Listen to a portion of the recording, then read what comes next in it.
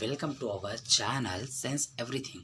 आज हम class 12th physics का lecture number 1 electric charges and field का लेकर आए हैं। टॉपिक है आज का introduction of charges, Coulomb's law. ये दोनों चीज़ हम आपको समझाएंगे।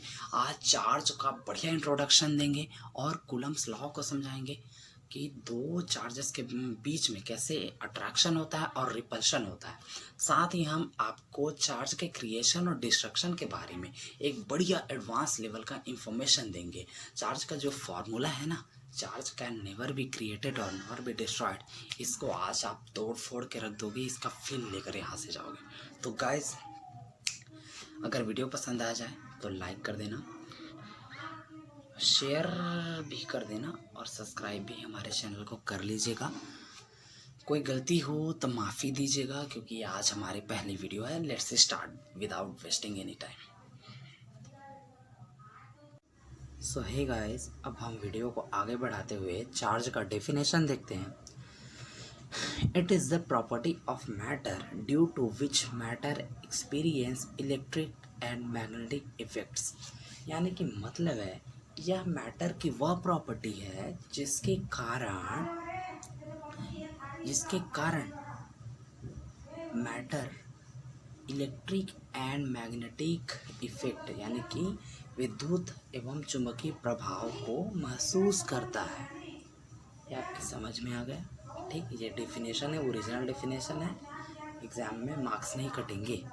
चार्ज का सिंबल होता है क्यू और चार्ज का एसआई यूनिट। ये सब सिंपल बातें हैं, आपको इंट्रोडक्शन लेक्चर है। चार्ज का एसआई यूनिट होता है कूलम्ब। कूलम्ब एक साइंटिस्ट थे, उनके नाम पर ही रखा गया है। और डायमेंशन, आप लोग अगर डायमेंशन निकालना नहीं जानते तो कमेंट में बता देना, मैं उसका भी एक वीडियो सेपरेट बना दूंगा। और यहाँ पर dimension Q is equal to I into T is equal to A की पावर 1 T की पावर 1। चार्ज टू टाइप्स के होते हैं, पॉजिटिव चार्ज और नेगेटिव चार्ज। अगर पॉजिटिव चार्ज है तो हम समझ लेंगे कि गेन ऑफ इलेक्ट्रॉन हुआ है, यानी कि किसी मैटर ने इलेक्ट्रॉन गेन किया। और अगर नेगेटिव चार्ज है तो समझ लेंगे लॉस ऑफ इलेक्ट्रॉन है। तो गाइस, अब आगे बढ़ते हैं। हे गाइस, वीडियो को आगे बढ़ाते हुए हम अब पढ़ते हैं। आप सभी ये जानते हैं, we know the definition of charge and also conservation of charge. Conservation of charge का definition, charge can never be created और नॉर बी डिस्ट्रॉयड। बट ये स्टेटमेंट 100% ट्रू नहीं है। यहाँ पर दो फिनोमिनन है जिसके माध्यम से हम ये बता सकते हैं कि चार्ज कैन बी क्रिएटेड और चार्ज कैन बी डिस्ट्रॉयड। इसी कारण ये स्टेटमेंट 100% ट्रू नहीं कहलाता। कंजर्वेशन ऑफ चार्ज का ये स्टेटमेंट होता है, the total charge on an isolated स्पीसी is always conserved. ये उसका 100% ट्रू है। अब हम दो फिनोमेनन पढ़ते हैं। पहला फिनोमेनन है पेयर प्रोडक्शन। इसमें हम ये पढ़ते हैं कि चार्ज कैन बी क्रिएटेड। मान लेते हैं एक न्यूक्लियस है और उस पर इलेक्ट्रोमैग्नेटिक वेव यानी कि फोटॉन पार्टिकल आकर अटैक करता है, तब दो चार्ज क्रिएट हो जाते हैं, पॉजिट्रॉन और इलेक्ट्रॉन। ये दोनों चार्ज एक दूसरे से अपोजिट होने के कारण एक दूसरे को कैंसिल कर देते हैं, मतलब एक दूसरे को न्यूट्रलाइज करके टोटल चार्ज ज़ीरो कर देते हैं। अब देखिए, रिएक्शन के पहले भी टोटल चार्ज ज़ीरो है और रिएक्शन के बाद भी टोटल चार्ज ज़ीरो है। तो मैंने जो डेफिनेशन आपको बताया कि the total charge on an isolated system is always conserved, ये 100% ट्रू है। इसलिए यहाँ पेयर प्रोडक्शन हो रहा है, यहाँ पर पेयर में दो चार्जेस बन रहे हैं और वो ख़त्म भी हो जा रहा है, लेकिन यहाँ पर ये चार्ज कैन बी क्रिएटेड, मतलब वो जो फॉर्मूला हमने, मतलब डेफिनेशन जो हमने पढ़ा, charge can never be created, ये ट्रू नहीं है। चार्ज कैन बी क्रिएटेड, ये हम यहाँ देख सकते हैं। उसी के साथ है पेयर एनिहिलेशन। यहाँ पर चार्ज कैन बी डिस्ट्रॉयड। यहाँ पर भी एक फोटोन पार्टिकल यानी कि इलेक्ट्रोमैग्नेटिक वेव आकर न्यूक्लियाई को हिट करता है, वहाँ से कोई भी पार्टिकल बने, पॉजिट्रॉन और इलेक्ट्रॉन, उसका एक अपोजिट एंटाई पार्टिकल बनता है और उसे न्यूट्रलाइज करके डिस्ट्रॉय कर देता है। इसी तरह चार्ज कैन बी डिस्ट्रॉयड। आपको आई होप समझ आ गया होगा। अब हम आगे बढ़ते हैं, डाउट होगा तो कमेंट सेक्शन में आप पूछ सकते हैं। सो है गाइस, वीडियो को आगे बढ़ाते हुए हम पढ़ते हैं कूलम्ब्स लॉ। देखिए गाइस, कूलम्ब्स लॉ का डेफिनेशन आप खुद देख लीजिएगा, उसमें कोई बड़ी बात नहीं है और डेफिनेशन तो सब याद कर लेते हैं, लेकिन किसी भी चीज़ का फील लेना सबसे ज़्यादा ज़रूरी है। तो हम कूलम्ब्स लॉ के बारे में बताते हैं कि ये देखिए, दो चार्जेस दिए हुए हैं Q1 और Q2, दोनों के बीच का डिस्टेंस R है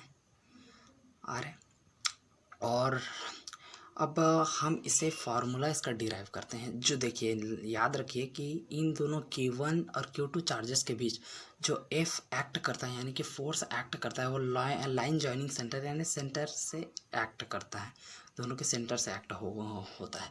उसके बाद देखिए कि ये Q1 पर फोर्स लग रहा है F1 ड्यू टू 2 यानी कि इसके कारण इस पर बल लग रहा है, और Q2 पर फोर्स लगा है F2 ड्यू टू 1। समझे, इसे ऐसे ही पढ़ते हैं। और याद रखिए दोनों एक दूसरे के इक्वल एंड अपोजिट होंगे।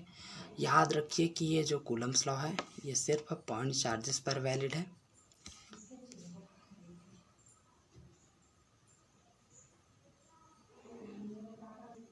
हाँ, अब कूलम्ब्स लॉ के बारे में बताते हैं कि जो फोर्स लगता है दोनों चार्जेस के बीच, वो इन दोनों चार्जेस के मल्टीप्लिकेशन के डायरेक्टली प्रोपोर्शनल होता है। और सेकंड होता है, जो इन दोनों के बीच का डिस्टेंस होता है वो लगने वाले फोर्स के इनवर्सली प्रोपोर्शनल होता है। जो ये यहाँ पर लग रहा है वो डिपेंड करता है मीडियम पर। अब यहाँ पर होगा ए, फाइनल फार्मूला डिराइव करते हैं। F is directly proportional to Q1 Q2 by R square. Sorry, यहाँ पर मैंने डायरेक्ट लिख दिया है क्योंकि इतना तो सबको पता होता है कि प्रोपोर्शनैलिटी हटाने पर इज इक्वल टू एक कांस्टेंट लेते हैं, तो के यहाँ कांस्टेंट है, तो final formula F is equal to K Q1 Q2 by R square, जहाँ पर के कांस्टेंट है जो मीडियम पर डिपेंड करता है। इसका वैल्यू वैक्यूम और एयर के लिए या स्पेस के लिए 9 इंटू 10⁸ होता है। एम्ब्रेली सॉरी गाइस, के की value 9 into 10⁹ newton metre square पर कूलम स्क्वायर होता है।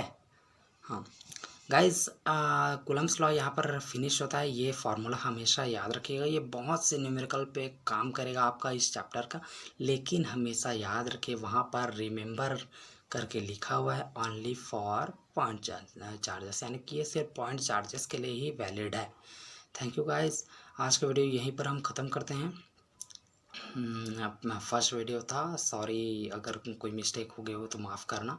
अगर पसंद आए तो लाइक करना, शेयर करना, चैनल को सब्सक्राइब करना।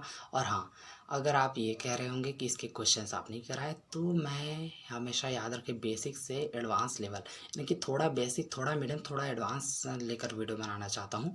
इसलिए मैं इसका एक अलग से सेपरेट वीडियो लाऊँगा जिसमें मैं बेसिक, मीडियम और एडवांस लेवल के एक एक दो क्वेश्चन कराऊँगा आपको, जो अच्छे टाइप के होंगे। होप तब तक आप पढ़ाई करते रहिए। All the very best.